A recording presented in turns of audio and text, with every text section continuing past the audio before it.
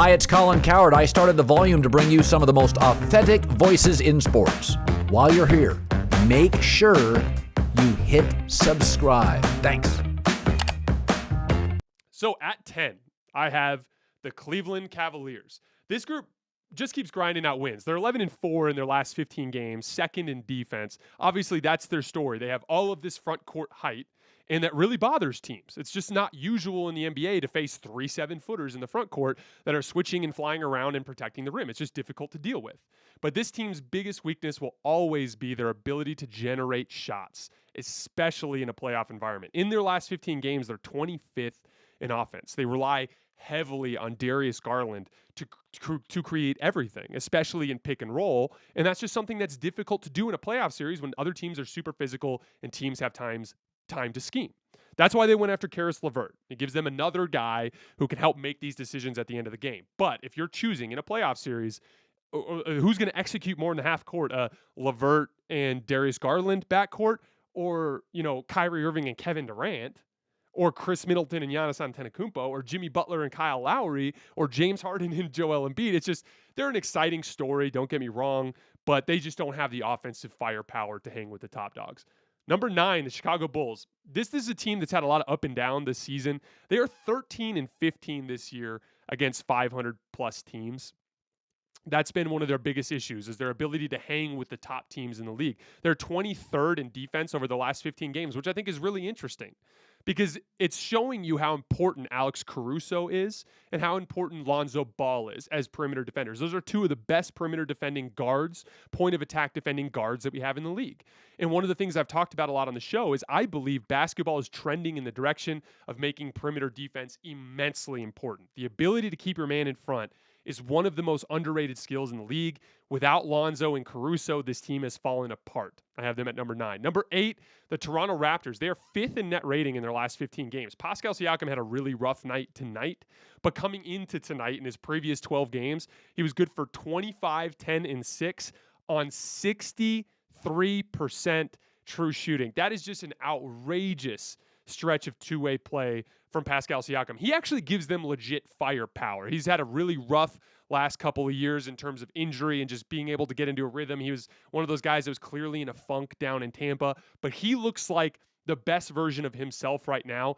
That as a team, they're extremely athletic and very well coached. They're going to be really difficult to beat. Again, you're not going to pick them over those top guys, but they have a puncher's chance in any matchup just because of their firepower and their coaching and athleticism.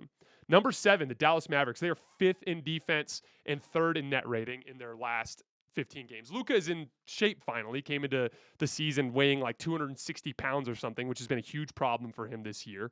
But he's finally getting back into shape. And most importantly, he is finally embracing the defensive end of the ball. This is a team that has taken on a new identity this season. It used to be very much up and down the floor, lots of shooting, lots of Luka. We're going to try to outscore you.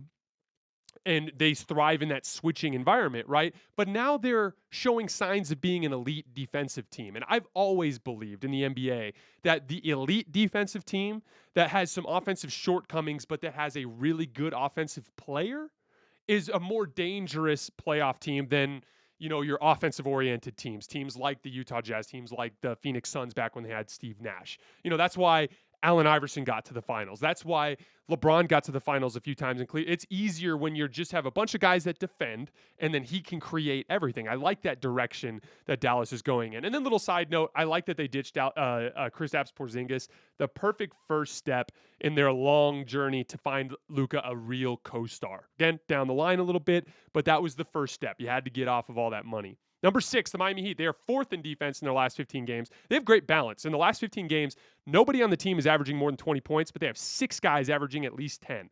They have the high-end creation in Kyle Lowry and Jimmy Butler that we've seen translate in the playoffs. They are a dark horse team to knock out the Milwaukee Bucks, in my opinion, because of all their athleticism in the front court. Having Jimmy Butler, having PJ Tucker, having Bam Adebayo, having the game plan success that they've had against him in the past, they're one of those teams that has a real puncher's chance to knock off Milwaukee. Speaking of Milwaukee, I have them at number 5.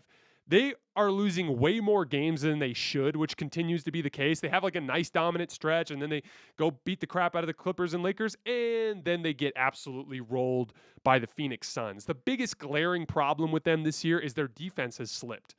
They are 12th in defense on the season, 16th in their last 15 games. And as you guys always hear from me on the show, you have to be a top 10 defense to win a title unless you're the 2018 Warriors. That's pretty much what NBA history tells us. If you don't have Shaquille freaking O'Neal or Kevin Durant and Steph Curry, you can't afford to not be a top 10 defense. And Milwaukee has let way too much slip on that end of the floor this year. They will get beat unless they tighten that up here over the course of the next couple of months. Number 4, our high riser, our new team in the mix, is the Boston Celtics. They're 12-3 in their last 15 games.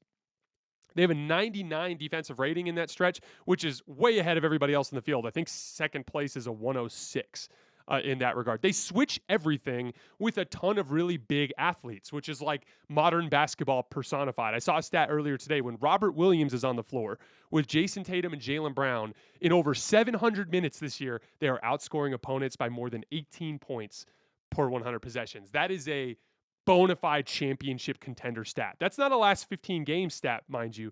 That's an entire season stat. So even in the muck of all their mediocrity to start the season, they have like a really good, foundation to fall back on, which is when we have Robert Williams holding things down underneath the basket and we have Tatum and Brown on the floor, we're good.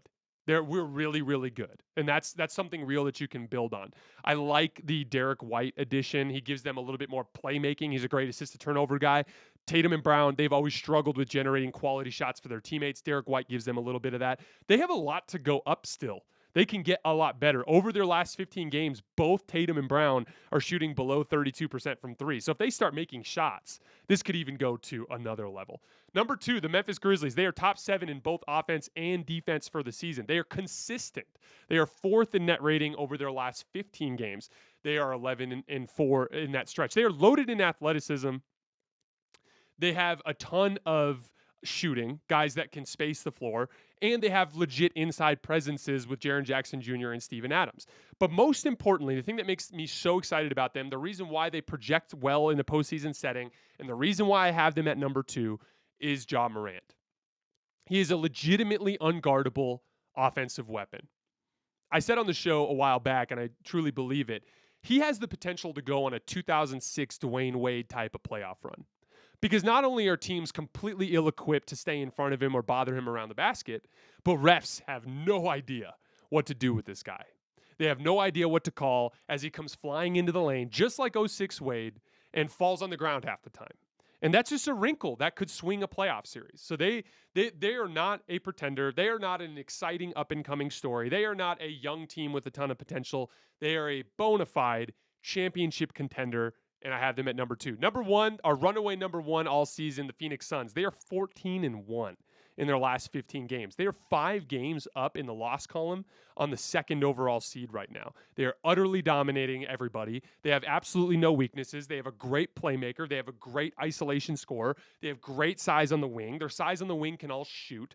They have big, strong bodies to throw at wings. They have tall, skinny, athletic bodies to throw at wings. They have an interior presence in DeAndre Ayton, and they finally got him a good backup in JaVale McGee. They are good across the board, except for the fact that they don't have that elite high-end star power. That will be the ultimate question surrounding the Phoenix Suns this year. If you built a perfect basketball team that didn't have a super-duper star, can you win a title in the modern NBA?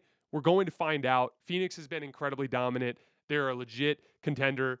That I believe in them. I just believe in those super-duper stars more, which is why I'm not sure that they can get the trophy. But right now, they're the undisputed number 1 in the list.